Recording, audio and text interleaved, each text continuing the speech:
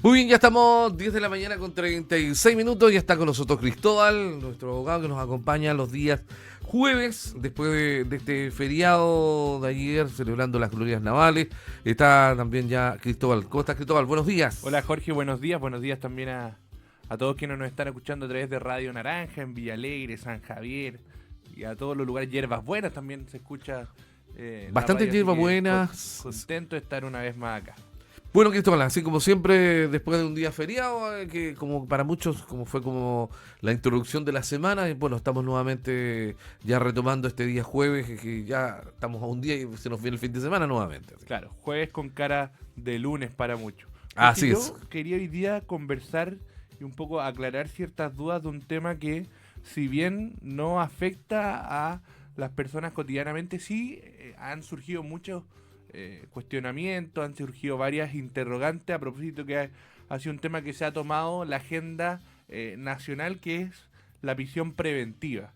¿Qué es una prisión preventiva? ¿Cuáles son los derechos? ¿Cuáles son los límites?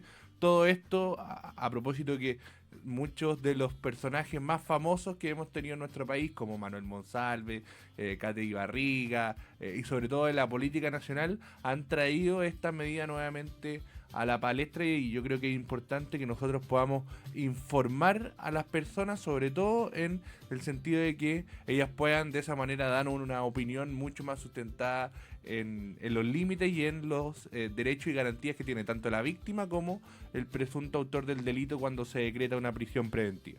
Bueno, y generalmente, no sé, para mí cuando dicen previsión preventiva, para mí entre comillas, un regalo que dar una presión preventiva, porque en realidad tú no quedas, para mí, para mi pensar mío, quedas dentro de un lugar que es tuyo, propio, porque las prevenciones normalmente que uno ve te dejan casi en tu hogar, las prevenciones preventivas. Muchos son, algunos quedan ya directo instalados en otros puntos en general. No sé, ahí si nos aclara un poco más ese tema, Claro. Cristóbal. Lo primero que hay que aclarar, lo primero que hay que definir en este caso, que la prisión preventiva es una medida cautelar, ¿ya? También recibe muchas veces el nombre, como bien lo dice el nombre, valga la redundancia, son medidas preventivas, es decir, que se establecen antes de que termine el juicio respectivo, ¿ya? Lo importante es que nosotros entendamos que la prisión preventiva no es una pena anticipada. ¿Ya? Por tanto, de hecho, las personas que son condenadas, o perdón, las personas que el juez determina que tienen que ir a prisión preventiva, tienen que estar por ley en un lugar distinto en las cárceles o en los recintos penitenciarios a las personas que ya fueron condenadas. Ahora, ¿en qué oportunidad o en qué instancias procede una prisión preventiva? Porque no es necesario, Jorge, que la prisión preventiva o no procede la prisión preventiva cada vez que se comete un delito, sino que tienen que concurrir ciertos requisitos. Y lo primero es que nosotros tenemos que estar frente a una cierta seguridad o una cierta, em, por así decirlo, tangibilidad de que el delito se cometió. En segundo lugar, que la libertad de este sujeto que haya cometido el delito puede ser un peligro para la investigación si es que él no está en un recinto penitenciario. Y en tercer lugar, que es quizás la que más discusión produce en las personas, es que la libertad de esta persona puede ser un peligro también para la sociedad. Entonces, cuando uno ve muchas veces entrar y salir, por ejemplo, a Katy Barriga, independiente de la opinión que uno pueda tener de ella, y pareciera que ya está bastante claro que efectivamente hubo irregularidades y hubo delitos en su administración como alcaldesa, no queda muy claro cómo puede ser que alguien entre y salga de prisión preventiva a arresto domiciliario y cambie tan repentinamente la opinión, en este caso del tribunal. Ahí es donde uno también puede establecer una crítica desde el mundo del derecho, desde los que somos abogados, a cómo están funcionando hoy día los tribunales de justicia, en cuanto a que las decisiones muchas veces no se toman solamente por lo que dice la ley o lo que determina la ley, sino por una presión mediática, una presión política, muchas veces que viene desde afuera, y eso termina corrompiendo y generando, la verdad, bastante riesgo en nuestro sistema judicial, Jorge. Bueno, es un tema, bueno, ahí está para que la gente también defina un poco lo que es también la prisión preventiva a lo que es la prisión domiciliaria, que son dos cosas distintas. ¿M? Cuando Claro. dice que aquí queda en prisión pero en domiciliaria, que no puede salir dentro de su... Con lo que, bueno, ahí tú estás dando un claro ejemplo a Katy Barriga. Ha estado en preventiva como también ha estado en arresto domiciliario. Claro, cuando uno comete un delito y se ve enfrentado a una querella o una investigación por parte de Fiscalía del Ministerio Público, el Tribunal de Garantía, que es el primer tribunal que participa en el proceso penal, determina ciertas medidas cautelares para el éxito de la investigación. Y estas, por así decirlo, son en orden ascendente desde la más tibia a la más grave. Uno puede partir con firmas, por ejemplo. Las firmas que son, uno puede ir a firmar mensualmente, semanalmente, lo que no implica que esta persona tenga que tener alguna otra forma de privación de libertad. Existe también, otro ejemplo, el arraigo nacional. Ciertos delitos que cuando están siendo investigados la persona queda impedida de salir del país.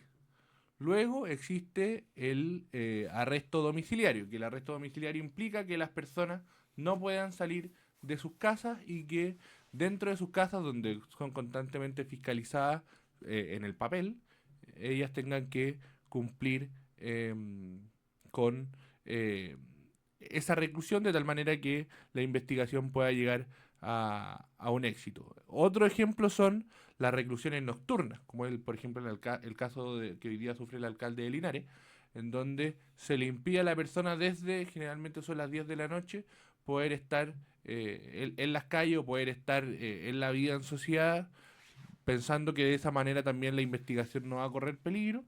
Y la medida cautelar más grave en este caso es la prisión preventiva, donde o bien se dan cuenta desde parte del tribunal que si esta persona está libre puede ser un peligro para la investigación, que esa fue la principal motivación por la cual el juez de garantía decretó la prisión preventiva en el caso de Manuel Monsalve, que también salió de prisión preventiva esta semana, ya que para el tribunal existían fundadas razones de entender que si Manuel Monsalve seguía libre, él podía a través de su influencia impedir que la investigación llegara a término. O también puede ser en el caso de que una persona que ya ha sido reiteradamente una persona que ha cometido delitos, también le dejen en prisión preventiva porque puede significar un peligro para la sociedad. Aquí lo importante muchas veces es que, porque de repente cuando aparece la prensa en casos que son más mediáticos y los presuntos autores del delito no quedan en prisión preventiva, se generan muchas críticas, mucho cuestionamiento, que cómo es posible que alguien como Manuel Monsalve, por ejemplo, hoy día no esté en prisión preventiva, o un caso que fue muy emblemático hace un par de años, que fue el de Martín Pradena, no sé si tú te acuerdas, Jorge, Sí, de claro. este chico o este señor que abusó de la que era su polola, que terminó suicidándose y en principio no había quedado en prisión preventiva. Muchas veces la opinión pública se centra a ese caso, pero lo importante es que en definitiva los procesos terminen y que las condenas sean lo suficientemente rigurosas como tienen que ser para quienes cometen delito y quienes son definitivamente delincuentes.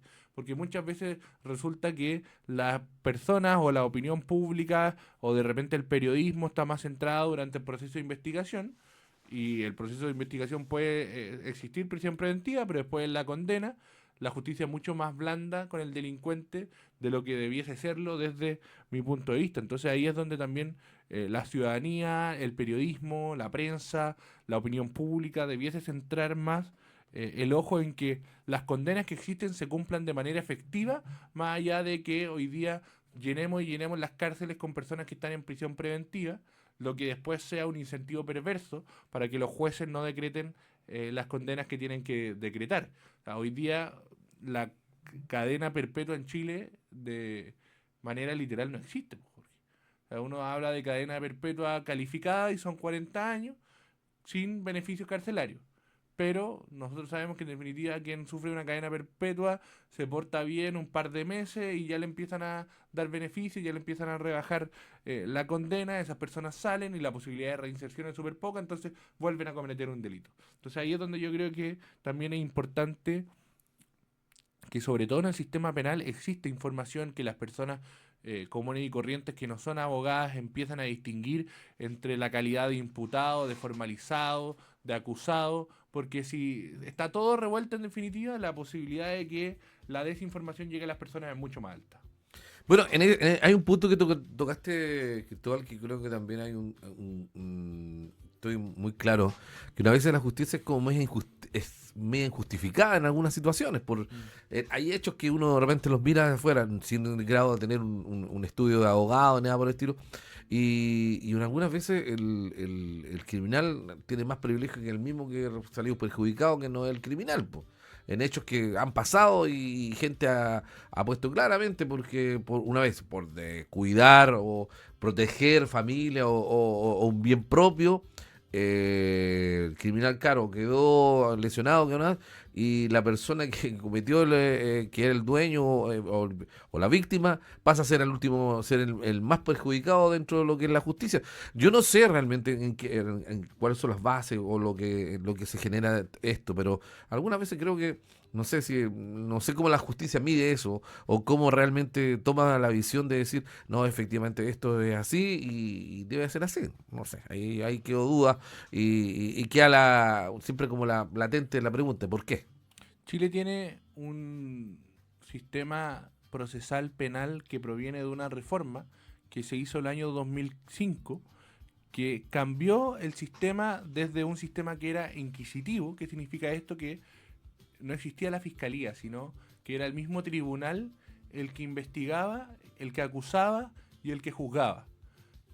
Eso se consideró que era injusto, por tanto se crea este sistema eh, doble, por así decirlo, donde existe un organismo que es el Ministerio Público, la Fiscalía el que investiga y son los tribunales los que resuelven. Sin embargo, esta reforma terminó generando un sistema sumamente garantista. ¿Qué significa un sistema garantista?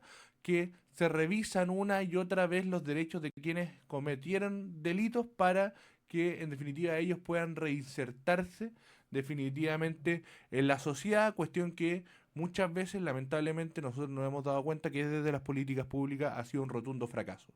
Hoy día las personas que tienen un arma inscrita en su casa, que se defienden y tratan de repeler el ataque de un delincuente que amenaza no solamente su propiedad, sino que la vida de la persona que tiene su arma o la de sus hijos, la de su familia, al usar esa arma en legítima defensa, después muchas veces es más perseguida con mucha más vehemencia por parte del Ministerio Público y la Fiscalía que los propios delincuentes. Entonces, ahí se produce una injusticia tremenda. Nosotros también estamos viviendo, quizás en sectores como el nuestro, aquí en el Maule Sur no ha llegado tanto, pero en Santiago, Jorge, existe un narco funeral. Se muere un narcotraficante y los niños no pueden ir a clases. Los niños no pueden ir a clases, tienen que quedarse encerrados en sus casas porque ese día, con total desparpajo y frente a las cámaras de televisión y a los ojos de todas las autoridades, ese día la calle es absolutamente propiedad del delincuente. Entonces Ya. pueden recorrerla a su antojo, pueden tirar los fuegos artificiales que ellos quieran y los niños encerrados en sus casas. Las familias no pueden salir. Y ante eso no existe una respuesta, ante eso no existe una reacción. Yo siempre me pregunto, quizás estamos esperando o las autoridades están esperando que se muera un político o el hijo de un político para que ellos hagan algo. Porque la verdad es fácil opinar desde los condominios con guardias privados, cuando quienes más sufren son las personas que están entregadas a la total vulneración de sus derechos, donde es el narco el que domina el pasaje, la villa de la población y donde el carabinero en definitiva ni siquiera puede entrar. Entonces, esto es bastante preocupante. Yo creo que ahí pasa no solamente por una cuestión de reforma del sistema de justicia, sino que una revisión también del poder judicial, una revisión del Ministerio Público y de la carrera, por así decirlo, judicial, de cómo se están formando los jueces, pero también un respaldo que es necesario a las policías. Hoy día no basta con